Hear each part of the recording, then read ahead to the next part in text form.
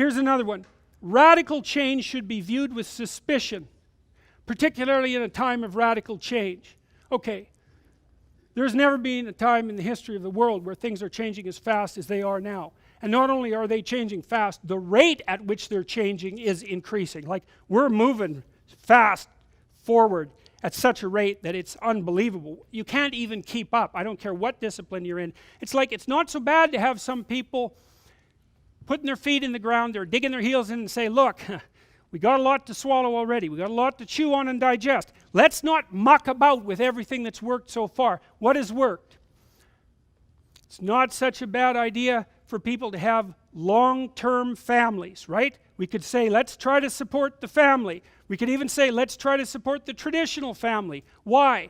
Well, maybe boys and girls need role models of each sex. I know that's a terrible thing to say, but it is possible. It's certainly the case too that intact two-parent families have children that thrive more than broken families. And broken families are a catastrophe for everyone. Now you might say, well, I shouldn't stay with someone that I don't get along with. And it's like, yeah, fair enough, except that there's no one that you're ever going to find to stay with that you're going to get along with all of the time, especially in your shoddy condition.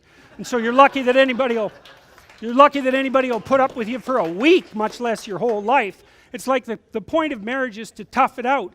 And you don't tough it out for your happiness. That's not what you're in there for. You tough it out so that you have someone to tie the rope of your life together with it. You have a chance to tie the rope of your life together with the rope of someone else's life, and to make it strong, and to make a place that children can have some security and some encouragement, and thereby contribute to the future and pay for the miracle of your birth and your own raising. That's why you get married. And there's no reason that conservatives can't stand up and say, look, we're willing to tolerate alternative family arrangements, but when you start making the claim that the traditional family unit is just another construct and that it's not something fundamental to our polity, it's like, you've taken your damn argument too far.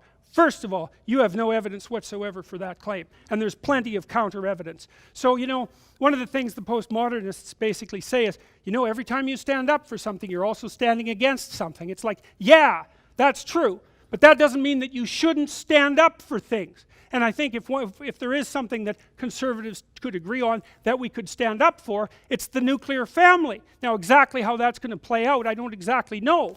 But it's not anything to be ashamed of to say, well, it kind of looks like that structure's worked quite well for the entire duration of mankind, and so maybe we mess with it at our peril.